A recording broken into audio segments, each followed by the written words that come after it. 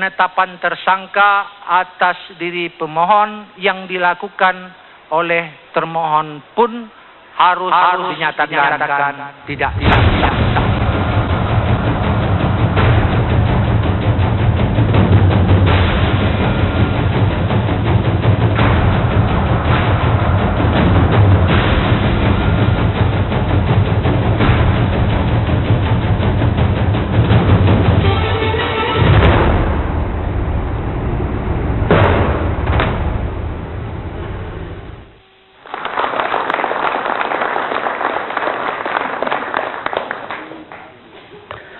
Pemirsa, kita masih bersama Indonesia Lawyers Club dalam diskusi Kapolri buah si malakama Presiden Jokowi. Tadi Alphonse mau menanggapi. Ya, begini Bang. Kemana temannya satu? Saur. Iya. Hilang. Yang perlu dicermati juga, kenapa kita menganggap ini adalah rekayasa. Pertama-tama begini Bang. Dalam penetapan BW sebagai tersangka, itu sangat ganjil. Itu cuma butuh waktu 3 hari, Bang. Sehingga dia itu sudah ditetapkan sebagai tersangka. Dan kemudian, yang dikatakan oleh Pak Roni tadi adalah 4 alat bukti, itu kan sebenarnya keterangan yang dibuat di depan notaris. Atau affidavit sebenarnya. Yang sebenarnya itu dikenal dalam konteks penyataan kewarganegaraan. Itu satu soal. Apa? Affidavit. Kan begitu. Jadi, apa sih sebenarnya alat bukti yang menetapkan bahwa BW itu sebagai seorang tersangka? Dan ini sebagai ilustrasi gitu kan. Kita melaporkan seseorang itu lama betul prosesnya. Ini kenapa sampai 3 hari? Ini jadi pertanyaan besar. Kemudian, khusus untuk AS. Ini surat penetapan sebagai tersangkanya. Ini tidak ada sprindik, tidak ada penetapan sebagai tersangka. Tapi sudah dipanggil ini sebagai tersangka. Jadi kurang kejanggalan apa dalam proses penetapan sebagai tersangka pada saat ini bagi BW dan AS? Hukum acara mana yang dipakai pada saat ini? Nah, itu yang harus dicermati pada saat ini. Nah, kemudian terkait dengan permasalahan kode etik. Maaf Pak Roni. Dalam pasal 3 ini disebutkan organisasi profesi yakni peradi diberikan waktu selama 14 hari untuk memanggil. Artinya di situ waktu proses bagi peradi atau sebagai organisasi profesi untuk memproses apakah di situ ada dugaan pelanggaran. Apakah itu etik atau pidana? Artinya ada. Di mana yang tidak ada yang kata Pak Roni tadi tidak ada. Ini ada. Dan kemudian terkait dengan permasalahan saksi ahli itu, ini menarik sebenarnya. Menarik sebenarnya gitu kan. Kenapa?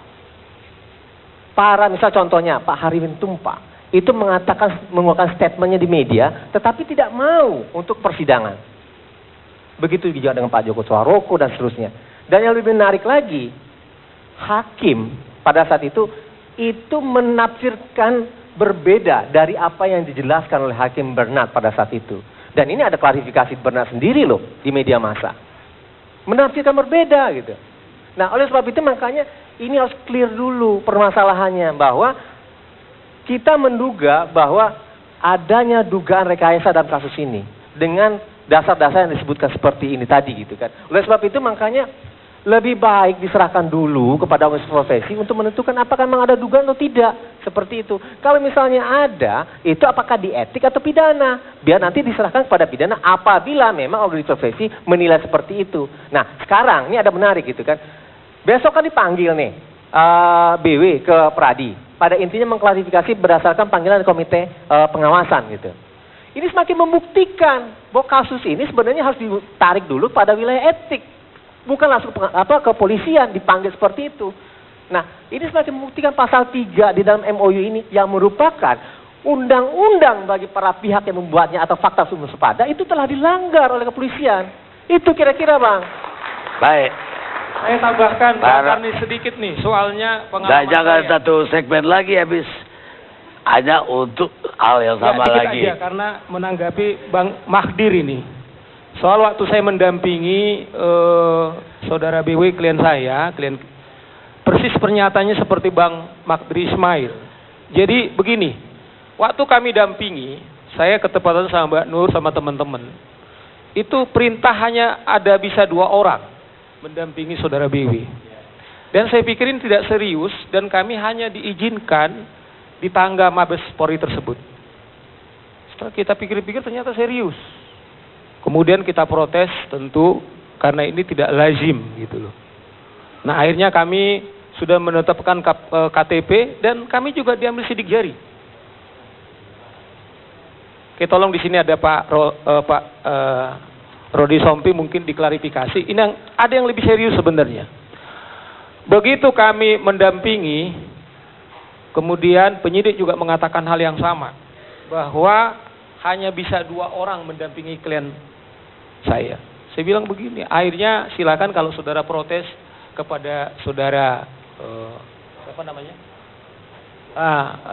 Daniel Boli apa gitu. Jadi waktu saya klarifikasi ke ruangannya, kemudian dibilang itu adalah perintah saya dan ini rumah saya. Saya bilang bagaimana perintah Anda lebih kuat daripada KUHAP. Saya sarankan kepada klien saya atas nama hukum karena kuasa yang kami dapat tidak boleh juga kemudian satu orang lebih superior daripada yang lain. Kemudian saya mengatakan atas nama hukum saudara BW lebih baik karena persidangan atau pemeriksaan ini tidak fair, Anda jangan menjawab. Ini saya kira tiba-tiba saudara Daniel tersebut berteriak-teriak mengatakan begini, saudara kepada propos, saya perintah dan seret, saya hanya perintahkan 2 orang pengacara. Saya kira di sini ada Mbak Nur. Saya kira ini sudah sungguh-sungguh abuse of power. Saya mengatakan. Sekarang Roni jawab. Ya, saya bilang begini, enggak, saya selesaikan dulu. Ya jangan terlalu panjang. Saya mengatakan begini, atas nama demi hukum, saya bilang ada 4 propos, kemudian mau menyerang saya, kemudian atas nama hukum, karena ini sesuatu yang serius, lebih baik saya ditembak, kalau kemudian Anda paksakan saya harus keluar dari sini. Dan akhirnya klien saya mengatakan, bahwa saya tolong Pak Siagian harus mendampingi saya, dan itulah protes yang pertama. Oleh karena itu saya mengatakan kepada Bang Mahdir, itulah fakta yang terjadi. Dan yang terakhir, Bang Karni, ketika kami setelah diperiksa bahwa di KUHAP ada perintah turunan BAP harus diberikan kepada tersangka dengan berbagai protes besar, mengatakan kami tidak bersedia untuk memberinya. Kami mengatakan jangan Anda salah sebagai penyidik. Akhirnya dia tetap bertahan dan tidak memberikan turunan daripada BAP tersebut. Nah oleh karena itu kita bilang inilah ini kami akan buka minggu-minggu depan. Nah, inilah maksudnya ini Pak sekarang Karni. persoalannya BG diangkat atau tidak. Terima kasih. Masa panjang banget itu. Ayo. Ya, terima kasih Pak Saur. Saya kira ini kan merupakan bagian dari pengawasan. Bisa pengawasan internal karena di bawah Kabarreskrim Polri itu ada Kepala Biro Pengawasan Penyidikan, khusus berkaitan dengan penyidikan. Tapi kalau bicara manajemen, kode etik, dan sebagainya, bisa melalui Irwasum Polri dan Kadifropam. Nah, kalau itu mau dibawa, ya pengawasan yang eksternal, ada pra-peradilan. Saya kan tidak ikut di dalam pemeriksaan ketika Pak BW diperiksa, saya tidak tahu. Artinya, silakan Pak, disampaikan. Kalau ini kan yang saya dengar sejak awal itu justru ke media disampaikannya, ya. Jadi seolah-olah ingin membangun opini tentang Polri itu seperti itu, ya. Nah, kami ketika menghadapi Pak BG ditangani oleh KPK, kami tidak pernah membangun opini, ya. Institusi kami tidak pernah membangun opini. Itu kita serahkan sepenuhnya kepada Pak BG, ya, untuk menggunakan upaya hukum yang ada, ya. Nah, silakan Pak Saur, kalau memang penyidik ini ada pelanggaran, saya kira Polri akan melakukan, meluruskan atau menindak Saya kira cukup, Pak Ya, Rudi. saya kira itu Pak. Ada perwira penegak juga yang kepingin ngomong nih. Endi Kurniawan, Kompol. Katanya mantan penyidik KPK. Iya. Sekarang di mana dinasnya? Betul, sekarang saya bertugas di Direktorat Tipikor Barreskrim Polri, Pak Karni. Oh, di Barreskrim. Di Barreskrim. Ada mau testimoni apa? Baik, sebelumnya terima kasih atas waktunya Pak Karni. Mohon izin kepada Kadif Humas Aswa Polri dan Pak Ruki bahwa kehadiran saya malam ini atas dorongan dari teman-teman dari media dan pers, bahwa saya mempunyai kewajiban untuk memberikan pemahaman kepada masyarakat bagaimana seharusnya hukum itu berproses. Ini adalah bentuk tanggung jawab saya, di mana saya menyimpan sebuah rahasia besar, dan itu tidak bisa saya sampaikan kemarin di persidangan saksi pra-peradilan Pak gugatan Pak BG. Itu kewajiban saya, dan ini akan saya buka seterang-terangnya kepada masyarakat, biar masyarakat bisa melihat bagaimana seharusnya hukum itu berproses. Bahwa saya prihatin seolah-olah bahwa Polri ini adalah makhluk yang kotor dan mengkriminalisasi makhluk yang suci. Ini yang tidak boleh terjadi. Saya sampai dengan detik ini saya sangat cinta dengan KPK, di mana saya bergabung 4,5 tahun di KPK. SOP di KPK itu sangat luar biasa dibangun oleh jilid pertama. Karena KPK tidak bisa menghentikan penyidikan, tidak ada SP3, makanya diterapkan prinsip kehati-hatian di situ, Pak Karni. Di mana prinsip kehati-hatian itu sangat tegas diatur dalam SOP. Saya ingat betul di mana pada saat Pak Tumpak memimpin kami gelar perkara itu dengan lantang berteriak, di mana tertuang itu keterangan saksi yang menyatakan fakta perbuatan tersangka. Jadi BAP itu dibawa di gelar perkara. Sistem atau mekanisme penetapan tersangka yang di KPK itu menjadi kebanggaan saya ketika saya mendapat tugas mengajar di Pusdikres Megamendung, itu masih kami bawa. Kemudian pada era kepemimpinan jilid ketiga, setahun bergulir, itu saya merasakan terjadi perubahan yang luar biasa drastis. Itu alasan saya kenapa saya mengundurkan diri, karena berlawanan dengan batin saya, di mana ada tersangka yang diumumkan tapi tidak ada 2 alat bukti. Ini kemarin yang saya minta persetujuan dari hakim untuk saya bisa menyampaikan secara terbuka ke masyarakat dokumen maupun rekaman gelar perkara kepada masyarakat luas, bagaimana proses penyelidikan itu, bagaimana proses penyelidikan tidak melalui ada pelanggaran SOP oleh Pak Abraham Samad, di mana hanya diparaf oleh satu pimpinan dan langsung ditandatangan dan diumumkan ke media. Parahnya lagi ada juga tersangka yang diumumkan di acung-acung hanya map kosong. Saya berani bicara begini, saya punya fakta, punya rekaman dan punya dokumen. Saya ingin ini menjadi kajian bagi pakar hukum. Ini tidak boleh terjadi di mana HAM sudah dicoreng dijak-injak, tetapi berlindung seolah-olah bahwa itu adalah perbuatan dari sesuatu perbuatan korupsi. KPK harus diselamatkan. KPK harus diselamatkan, dikembalikan kepada SOP yang benar. Tersangka siapa ada maksud? Jadi Pak Karni, yang ditetapkan sebagai tersangka tanpa ada 2 alat bukti adalah MSG. MSG. Miranda, Pak. Betul. Jadi mohon ini digarisbawahi bahwa penyidik yang menangani waktu itu adalah pengembangan penyidikan dari tersangka NN, di mana penyidik adalah terdiri dari jaksa dan Polri, di mana jaksa ada 3 orang, Polri ada 4 orang. Ya, jadi masyarakat jangan menilai bahwa saya sendiri yang menyatakan bahwa tidak ada alat bukti. Ada jaksa dan ada Polri di situ. Awal Januari ada pemaksaan, ada tekanan dari Pak AS untuk menerbitkan sprindik terhadap MSG. 11 Januari kami gelar, ada deputi, ada direktur penyidikan, deputi penindakan, penyidik dari JPU maupun kepolisian, ada JPU juga, itu hadir membahas. 11 Januari notulen dilayangkan kepada pimpinan, intinya bahwa belum ditemukan alat bukti MSG jadi tersangka. Tetapi pada tanggal 26 Januari diumumkan ke publik bahwa MSG sebagai tersangka. Draft sprindik diketik oleh penyidik yang paling junior dengan alasan bahwa itu hanya untuk draft. Tapi ternyata itu diumumkan ke publik tanpa melalui mekanisme.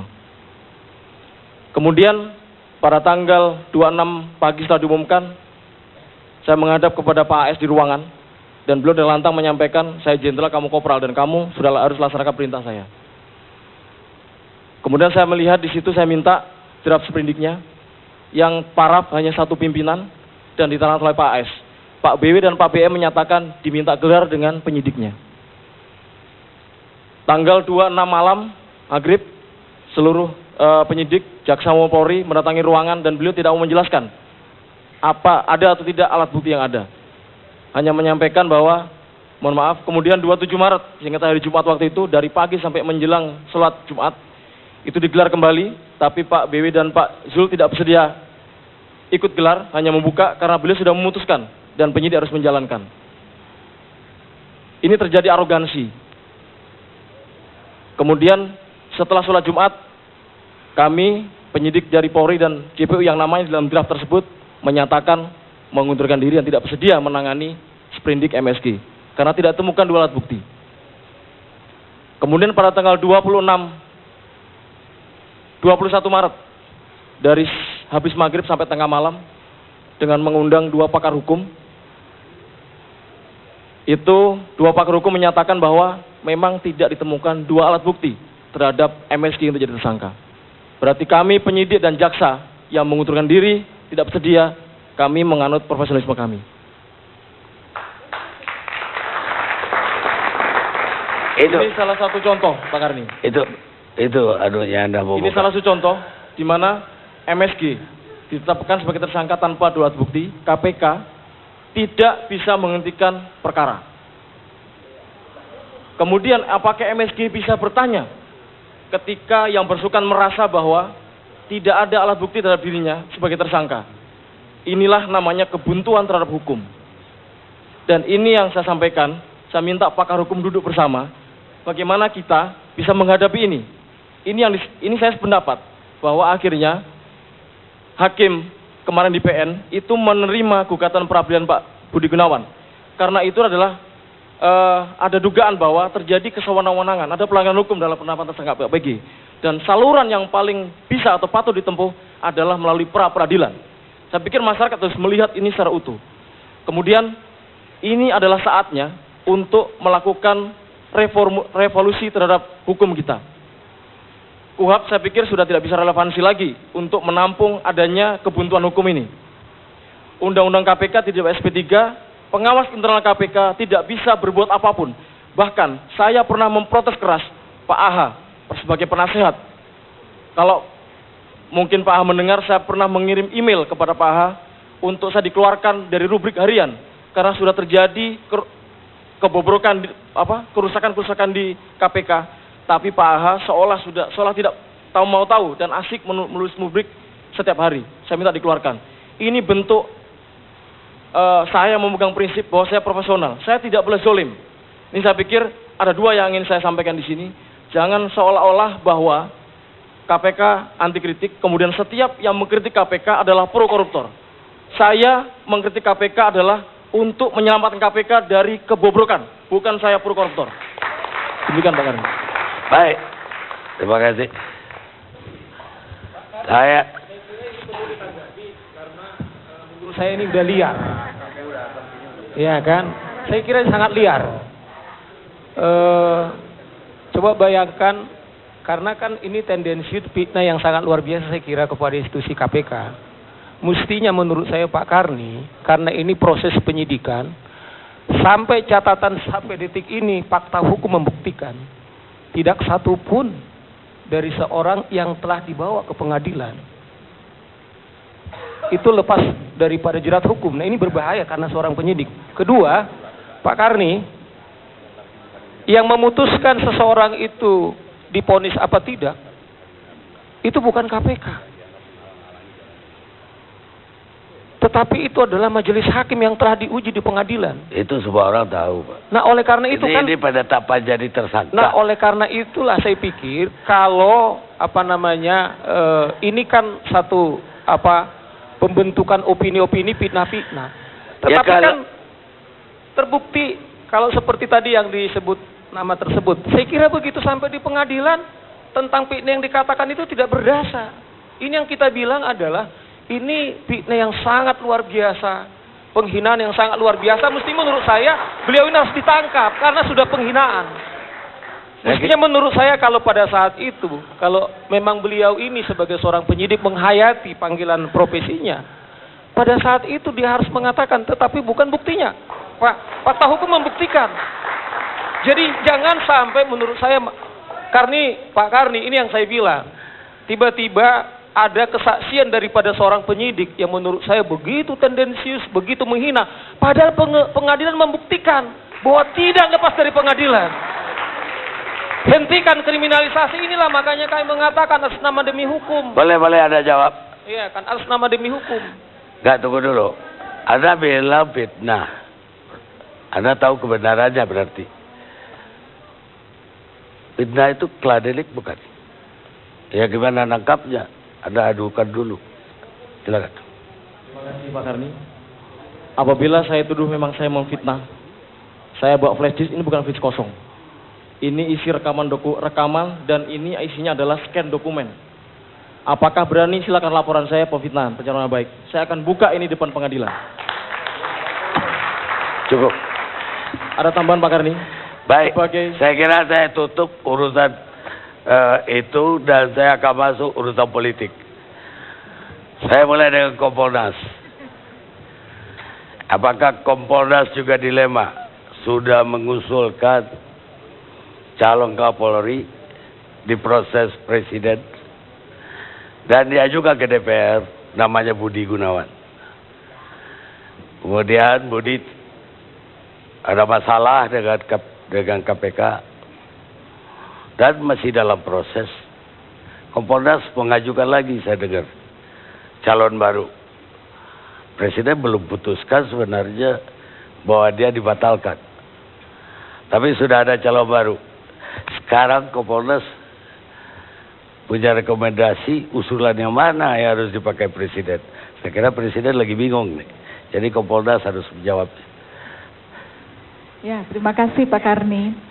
Yang pertama yang ingin saya sampaikan bahwa dengan disampaikannya usulan nama ke presiden itu tugas Kompolnas sudah selesai. Karena kami hanya pada batas untuk mempertimbangkan pengangkatan calon Kapolri. Dan secara internal tentu itu sudah dilakukan dengan tahap-tahap yang ada. Nah, sehingga kalau tadi Pak Karni mengatakan apakah kami juga dilema, ya sebenarnya kita sudah serahkan semua itu kepada pemerintah dan meskipun tidak sampai itu mungkin menjadi sebuah finish ya, sebuah selesai seperti itu, tetapi kami yang sudah menyelesaikan tugasnya. Nah, kemudian yang kedua mengenai mengapa Kompolnas mengajukan nama, ingin saya sampaikan juga bahwa Kompolnas itu kan bekerja juga dengan SOP, dengan aturan-aturan, dan pada saat itu ada pertemuan yang kami lakukan di istana dan disampaikan kepada kami bahwa pemerintah minta agar kami menyerahkan alternatif nama-nama calon Kapolri kalau memang presiden membatalkan pelantikan tersebut. Nah, tentu nama-nama yang kami serahkan itu adalah sebuah persiapan yang dilakukan Kompolnas kalau memang pelantikan itu batal. Tetapi Kompolnas sendiri tidak memiliki kepentingan apapun dalam hal ini, sehingga semuanya kami serahkan kepada pemerintah dan kami sudah melaksanakan tugas kami sesuai dengan peraturan yang mengatur tentang penugasan Kompolnas untuk memberikan pertimbangan terhadap calon Kapolri. Ya, tadi kan Kompolnas sudah mengajukan yang pertama dengan ada nama Budi Gunawan. Sekarang Budi Gunawan pun oleh pra-peradilan dinyatakan penetapan tersangkanya tidak sah. Ya. Sementara Kompolnas sudah mengajukan satu perangkat lagi yang tidak ada nama Budi Gunawan tapi ada nama-nama baru. Kompolnas lebih prepare kemana ini? Ya, kami serahkan semua ini kepada keputusan Presiden tentunya Pak Karni. Karena Kompolnas kan diminta untuk menyerahkan nama. Yang pertama kita sudah menyerahkan lalu sampai proses politik. Nah, lalu kemudian kita diminta lagi sebagai alternatif. Saya kira itu hal yang wajar saja sebagai alternatif ketika pemerintah melihat ada hal-hal yang harus dipertimbangkan kemungkinan. Waktu itu kan muncul beberapa opsi terhadap kasus yang dialami oleh Pak BG ini. Nah, realisasi dari beberapa opsi itu tentu Presiden ingin melihat bahwa kalau opsi ini diterapkan maka harus bagaimana, kalau opsi ini bagaimana, dan termasuk misalnya pada saat itu ada opsi yang sampai kepada tidak dilantik, berarti Presiden harus juga mempertimbangkan calon-calon pengganti begitu. Dan Kompolnas ya hanya sampai di situ saja begitu, dan tentu apa yang kami lakukan ini sudah sesuai dengan SOP yang ada pada kami. Baiklah, Kompolnas lembaga yang dibikin menurut undang-undang. Satu-satunya sebenarnya yang urusannya mengangkat Kapolri kepada Presiden. Bocorannya gimana? Dilantik atau tidak Pak BG? Kompolnas sampai saat ini belum mendapatkan sebuah bocoran ini. Mungkin yang lebih tahu Pak Roni Sompi. Pak Roni apa lagi? Kami belum tahu Pak Roni. Kalau gitu sama-sama kita sepenuhnya menghormati dan menunggu keputusan Presiden. Baik, sekarang saya mau ke Pak Anta Yuda. Bagaimana peta politiknya? Ya, dilantik atau tidak ini Pak BG? Kalau itu pertanyaannya saya sudah selesai, nggak bisa jawab. Yang bisa jawab hanya selain Tuhan adalah Presiden Jokowi sendiri. Dan ini persis 2 pekan yang lalu kita mendiskusikan, dan kalau lihat dari judulnya sebenarnya baru masuk temanya ini. Baru masuk pada temanya. Dan di akhir analisa saya pada saat itu mengatakan memang ini buah simalakama, dilema bagi Presiden. Ini pengalaman ujian yang tidak pernah didapatkan ketika menjadi wali kota Solo maupun menjadi gubernur DKI. Ini problem berbeda. Karena kita warga negara yang memiliki hak pilih datang ke bilik suara itu sebenarnya memilih 2 jabatan yang harus diingat. Satu jabatan sebagai seorang kepala negara, yang kedua adalah kepala pemerintahan. Artinya Presiden Republik Indonesia dalam sistem presidensil itu memegang 2 posisi itu. Tapi kerap kali kita hanya fokus pada posisi Presiden sebagai kepala pemerintahan. Kita bicara tentang DPR dan seterusnya, tetapi kita lupa bahwa Presiden kita juga adalah kepala negara. Dalam konteks ini tentu diskusinya, kajiannya lebih luas dari itu. Untuk agenda lebih besar. Bukan itu yang poin yang ingin saya masuk nanti di bagian akhir. Ada 2 hal sebenarnya mengapa tema masuk pada buah simalakama ini. Saya katakan tempo hari adalah karena ada asimetris antara suara rakyat. Katakanlah opini publik yang didengar oleh publik, yang terdengar karena kita tidak melakukan konsensus. Yang kedua juga wakil rakyat. Kalau belajar teori, buka juga undang-undang parpol, undang-undang pemilu sama sebenarnya. Idealnya sikapnya yang dilakukan, kebijakan yang diambil oleh wakil rakyat, elit politik, parpol, itu ada fungsi esensialnya melakukan artikulasi dan agregasi kepentingan, keinginan, aspirasi publik. Sama halnya ketika seorang anggota DPR, kalau kita mau bicara yang ideal, juga menanyakan keinginan konstituen partainya pulang. Kita bicara politik, bukan bicara hukum. Saya ingat Bang Karni katakan, pemimpin yang bodoh itu kalau memutuskan mendengar keinginan publik. Yang benar itu adalah keinginan dia sendiri. Tapi dalam politik bisa jadi terbalik. Kalau basisnya ada demokrasi. Nah, karena itu dalam konteks ini, poin yang ingin saya katakan adalah situasi ini ada problem sebenarnya di dalam demokrasi dan sistem politik itu adalah ada keterputusan antara arena siklus 5 tahunan pemilu itu dengan arena kerja sepanjang 5 tahun seorang politisi. Karena publik, rakyat pemilih itu diagungkan, dianggap seluruh negara itu hanya 5 tahun sekali. Popularitas seorang presiden, seorang politik itu hanya dibutuhkan dalam siklus 5 tahunan. Dan itu tidak terjadi dalam tahun-tahun dalam kesehariannya. Poinnya apa? Dalam posisi pemerintahan, kita harus memahami dan memaklumi kondisi sulit presiden hari ini. Nah, mungkin saya hanya berusaha ingin memetakan, karena setiap hari Yang namanya presiden itu tidak bertemu orang seperti saya yang kebanyakan warga negara Indonesia. Yang kemarin mengaku menjadi relawan dan seterusnya. Karena setiap hari nanti setelah berkuasa, seorang presiden itu bertemu dengan Pak Victor, Pak Masinton yang anggota DPR itu. Yang sudah dapat mandat dari rakyat. Itu kesulitan pertama. Karena presiden sebagai kepala pemerintahan dan mengambil keputusan-keputusan kesehariannya membutuhkan dukungan memadai dari DPR. Itu situasi politiknya. Di sisi yang lain, kita bicara demokrasi juga butuh dukungan publik, legitimasi. Karena kekuasaan, kewenangan, dan legitimasi itu tiga hal yang berbeda, pengetahuan sependek yang saya pahami dalam teori politik. Kalau bicara kekuasaan, siapapun, anak raja, pangeran lahir sudah bisa berkuasa. Bicara tentang kewenangan, karena ada basis konstitusi, ada undang-undang, sudah selesai. Karena jelas orang itu punya kewenangan, punya kekuasaan. Tetapi dalam demokrasi juga kita perlu satu, legitimasi, penerimaan, dan pengakuan publik. Itu penting dalam sistem demokrasi. Jadi ada dua dilema ini yang sulit. Saya ingin masuk saja, kalau misalnya Pak Jokowi, katakan presiden hari ini melantik, kalau situasinya dari yang saya dengar ya, saya bukan orang hukum, berarti kan tidak ada halangan bagi seorang presiden Jokowi untuk melantik atau tidak melantik sebenarnya. Kalau yang setuju dengan keputusan hakim, maka mengatakan ini terobosan. Kalau dilakukan sesuai hati nurani, ini terobosan dan berani. Sebaliknya akan mengatakan kalau tidak benar, ini akan merusak sistem hukum. Saya tidak masuk ke sana.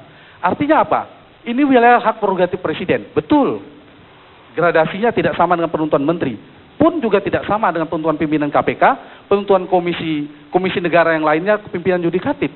Karena presiden tetap di atas Panglima tertinggi Angkatan Darat, Angkatan Laut, dan Angkatan Udara, menurut konstitusi dalam konteks pengangkatan Panglima TNI. Begitu juga Kapolri.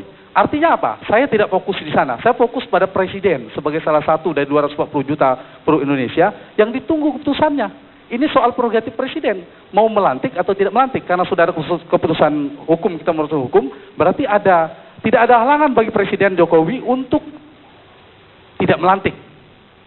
Juga tidak ada halangan untuk melantik menurut saya. Cuma harus kita petakan, kalau beliau melantik, apa yang harus diantisipasi? Ini soal dua hal. Soal keberanian dan keterampilan. Soal berani dan terampil, cermat dan mengelola. Karena kepemimpinan. Berani mengambil keputusan dengan segala risiko dan konsekuensinya, di saat yang sama harus terampil mengelola itu. Berarti kalau pilihan pertamanya adalah melantik, saya ingin mendalami sedikit Pak Harni dari yang kita diskusikan 2 pekan yang lalu. Berarti apa? Kalau melantik berarti selesai. KIH dan KMP sudah satu suara akan mendukung secara solid. Tantangannya apa? Tinggal Pak Jokowi lebih bisa mengantisipasi yang mana. Tantangannya adalah mengantisipasi kecewaan publik. Bagaimana menghadapi ini? Karena kalau dalam logika politik memang nggak dibutuhkan. Untuk menyukseskan agenda pemerintahan tidak dibutuhkan aktivis-aktivis, betul. Karena dibutuhkan tadi, ketika memenangkan, iya dibutuhkan. Kita bicara dalam konteks realitas. Tetapi ada dua. Kalau yang terjadi paling ekstrim adalah ya penurunan tingkat kepercayaan publik. Penurunan dukungan publik, tapi bisa antisipasi karena pemilih yang banyak itu pemilih yang pemaaf dan pendek ingatan karakternya kalau kita survei. Ada waktu kalau kita bicara politik. Tetapi di saat yang sama juga ingat, di sana ada opinion leaders, ada orang-orang, ada tokoh-tokoh yang penting yang juga harus diantisipasi. Saya tidak tahu Pak Jokowi lebih siap mengantisipasi yang mana. Tetapi di saat yang sama juga Pak Jokowi terlalu sering menurut saya menyampaikan mulai dari pembentukan kabinet yang molor dijanjikan, kemudian tempatnya juga, kemudian mengumumkan keputusan ini menunggu pekan depan seterusnya yang ditunggu oleh publik, belum juga. Kinerja juga saya pikir meskipun tidak buruk, juga banyak yang menilai belum begitu memuaskan di 100 hari pertama. Situasi ini adalah tantangan bagi Pak Jokowi kalau ingin melantik. Tetapi kalau tidak melantik, juga punya tantangan yang sama. Mungkin publik tidak mengalami turbulensi yang kuat. Publik kalau keras akan ada gelombang protes yang luar biasa. Tapi bisa jadi tidak ada. Dukungan itu yang mungkin menjadi pertimbangan. Tetapi kalau tidak melantik maka DPR dan KMP, tentu ini KIH dan KMP yang menjadi tantangan. Yang akan kecewa, akan melakukan manuver politik.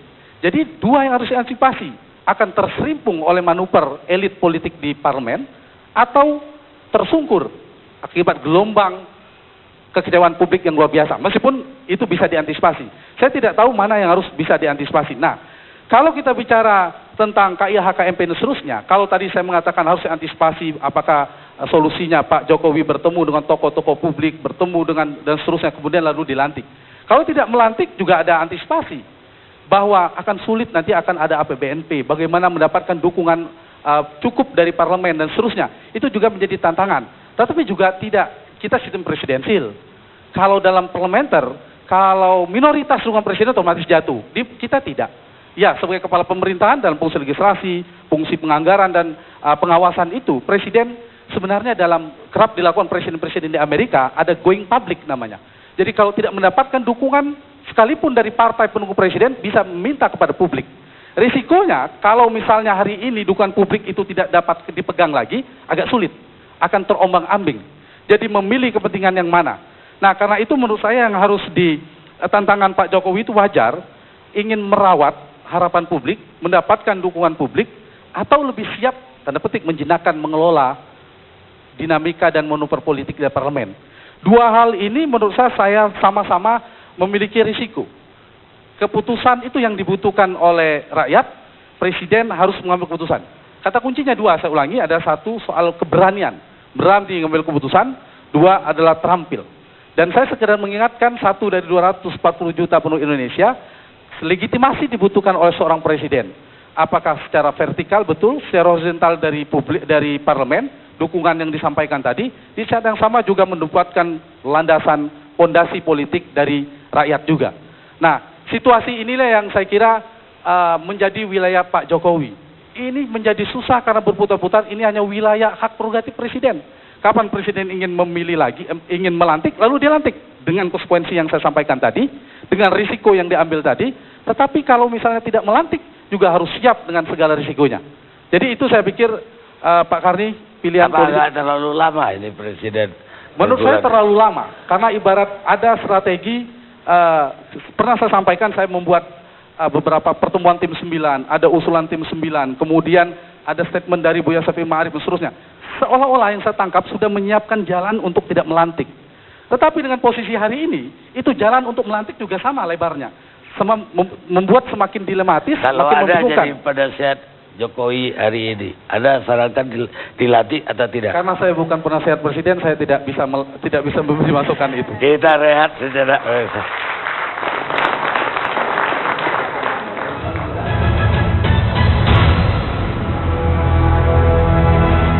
Ayo